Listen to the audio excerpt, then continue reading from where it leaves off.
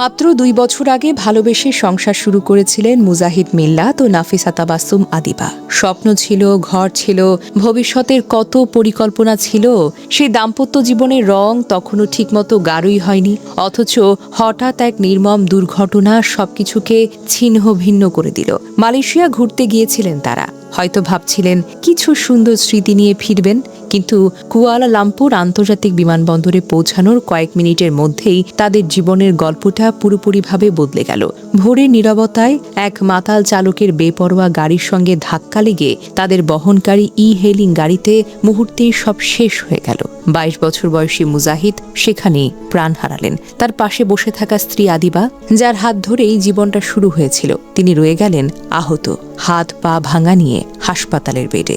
যে মেয়েটি ২ বছর আগে লাল শাড়ি পরে নতুন জীবনে পা রেখেছিল, আজ তার জন্য অপেক্ষা করছে সাদা শাড়ির নির্মম বাস্তবতা। যেই স্বপ্নগুলো একসঙ্গে দেখেছিল, সেগুলো আজ কেবল স্মৃতি হয়ে রাখবে বুকের ভেতরে।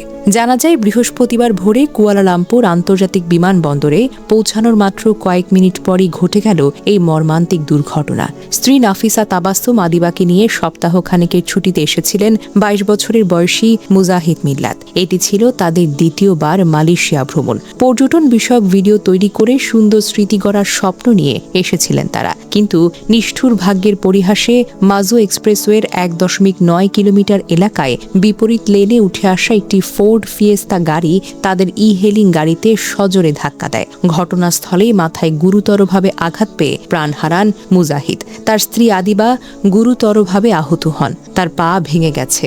বর্তমানে তিনি কুয়ালালামপুর হাসপাতালে চিকিৎসাধীন। অভিযুক্ত ৩১ বছর বয়সী সেনা সদস্য দুর্ঘটনার সময় মদ্যপ অবস্থায় ছিলেন। ব্রেথালাইজার পরীক্ষায় তার শরীরে অনুমোদিত সীমার চাইতে অনেক বেশি অ্যালকোহল পাওয়া গেছে। পুলিশ তাকে ঘটনাস্থল থেকে আটক করেছে। তার গাড়িতে থাকা আরেকজন নারী যাত্রীও বেশ আহত হয়েছেন।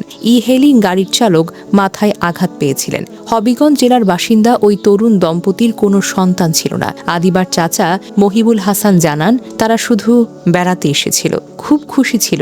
একজন মদ্যপ ব্যক্তি কেন গাড়ি চালায়? মাতালদের তো বাড়িতেই থাকা উচিত। নিহতের চাচাতো ভাই আলমগীর বলেন, ১ সপ্তাহের ছুটি কাটিয়ে ফেরার পরিকল্পনা ছিল তাদের। বাংলাদেশ হাই কমিশনের কর্মকর্তারা হাসপাতালে গিয়ে পরিবারের সঙ্গে যোগাযোগ করেছেন। মরদেহটি দেশে ফিরিয়ে দাফনের প্রস্তুতি চলছে। মালয়েশিয়ার পুলিশ জানিয়েছে, এই ঘটনা ১৯৮৭ সালের সড়ক পরিবহন আইনের ৪৪ ধারায় তদন্ত শুরু করা হয়েছে।